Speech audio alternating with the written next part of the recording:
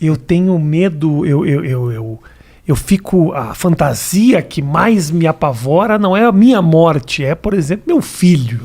Então, mas isso é típico da paternidade. Você fica de noite pensando, ele vai atravessar a rua, você fica numa piração. Até eu ser pai, eu fui pai a primeira vez com 22 para 23 anos.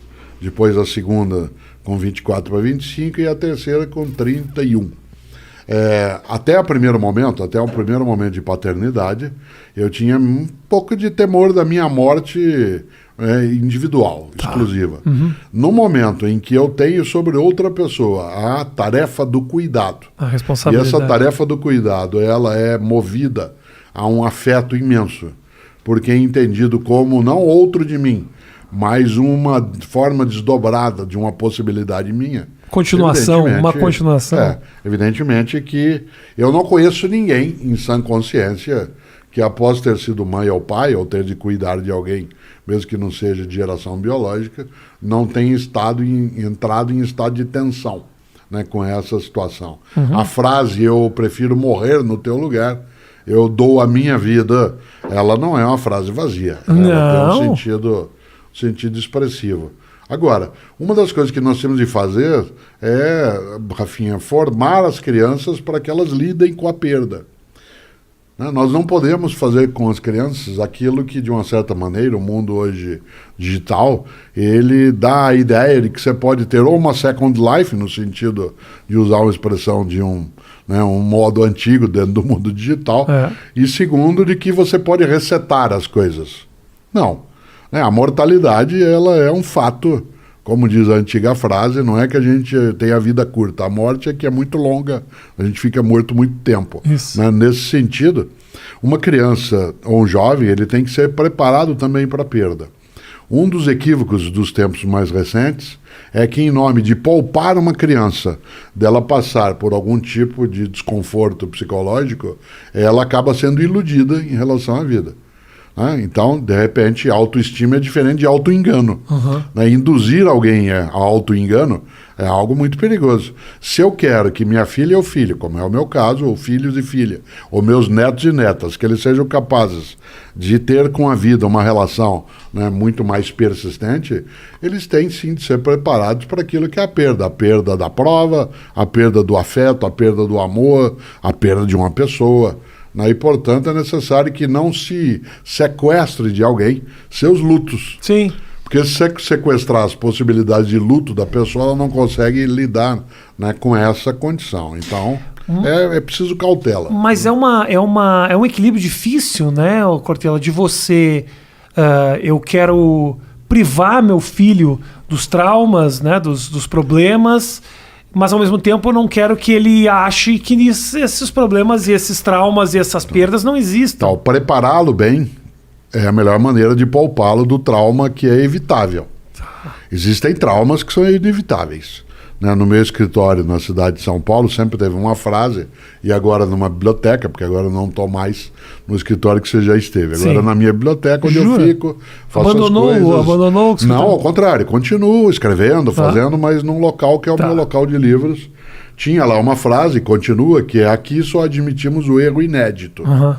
Aqui só admitimos o erro inédito significa que, né, a possibilidade do desastre, ela é uma possibilidade, ela não é uma obrigatoriedade. Né? Por isso eu tenho que me preparar para esse tipo de circunstância. É claro que é difícil, né, você dizer, mas eu gostaria de poupar, né, minha criança de um sofrimento. Mas existe um modo, não que você o induza ou a induza a sofrer, né, para que ela aprenda. Não é o aprendizado pela dor. É que ela precisa estar preparada e estar em estado de atenção para aquilo que pode ser prejudicial. Né? É um lema, eu aprendi esse lema lendo um dia um livro que eu imagino que eu não gostaria e que eu adorei, eu odiei durante 3 anos por preconceito, né? Uma leitura da biografia, né, da especial Jane Fonda. Ela tem um livro, que é a história dela, chamado Minha Vida Até Aqui, que é magnífico, magnífico. Eu fiquei absolutamente irritado, né, com a minha tolice de ter postergado tanto tempo a leitura. E ela foi casada com Ted Turner. Sim, que é o cara criador da CNN. Exatamente. E ele usava, né, um lema de vida que eu acabei adotando como meu, que eu partilho com os filhos e filhas, com netos e netas. Ele dizia: deseje o melhor e prepare-se para o pior. Deseje o melhor. No campo do desejo, da tua intenção, você tem que ter o melhor como referência. Mas como estado de atenção e ao mesmo tempo de cautela, você tem que contar com a possibilidade do pior. Então, deseje o melhor, prepare-se para o pior, faz com que uma criança, ela primeiro não seja iludida, né? Como a gente brinca, a vida, né, não é só festivais, gritou o Caetano um dia, né, dentro de um deles. Né? E segundo, como a gente brinca no Paraná, de onde eu sou, mundo de poeta não tem pernilongo, né? Não tem mosquito, não tem muriçoca, né? E claro, existe. Então, não é que você induzirá alguém ao sofrimento de modo proposital. Né? Não é assim, valeu a experiência. Isso. Né? Ao contrário, né? Nós estamos aprendendo muito neste tempo, mas isso não significa que por isso o tempo é bom, porque ele gera aprendizado. Porque o custo, né, que vem junto, ele é desnecessário. Então, né, alguém pode, em sã consciência, ser capaz de induzir alguém, né, à ferida, ao machucado, para que ela perceba. Não há necessidade, né? Você pode ensinar. E nisso, desculpe, há uma diferença. Né? Eu sou pai, sou descendente de italiano com espanhol, portanto sou latino, além de brasileira. Mas tenho, né, 2 netos que são alemães também. Também porque há outros modos de ser humano, além de italianos e brasileiros.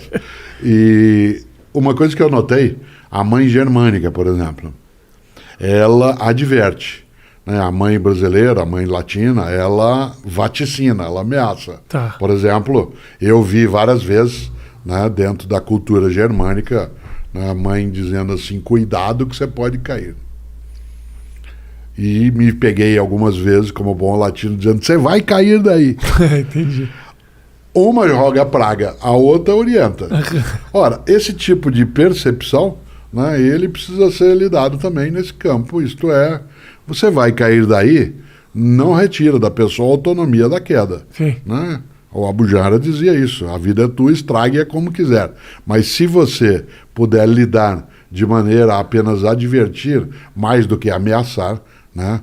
Você vai repetir de ano, você vai dançar nessa, isso vai ser um horror, quase é um vaticínio. Né? E nesse sentido, não tem necessidade. Né? Parece um pouco teu conterrâneo, mas de Alegrete, o Mário Quintana. Em 86, quando você era criança, ele lançou um livro... 10 anos. Né? Ele lançou um livro de poemas chamado Baú de Espantos.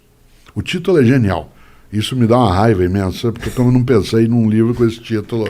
Né? E Baú de Espantos... São os 2 livros que te deram, da Jane Fonda... Da Jane Fonda, Jane Fonda me deu chateação comigo, pela minha tolice. Pelo preconceito. Em relação a título, sim, claro. Mário Quintana com Baú de Espantos. Melhor que isso, só o Pedro Nava, o mineiro, lá de Juiz de Fora, com Baú de Ossos, que é um livro de memória. Tá bom. Né, que é um livro, ele é um memorialista estupendo, além de médico também muito bom. Né? Então, Baú de Espantos, eu acho que, vez ou outra, a gente tem que partilhar com as pessoas com as quais a gente convive a possibilidade de ter ali a abertura do seu baú de espantos.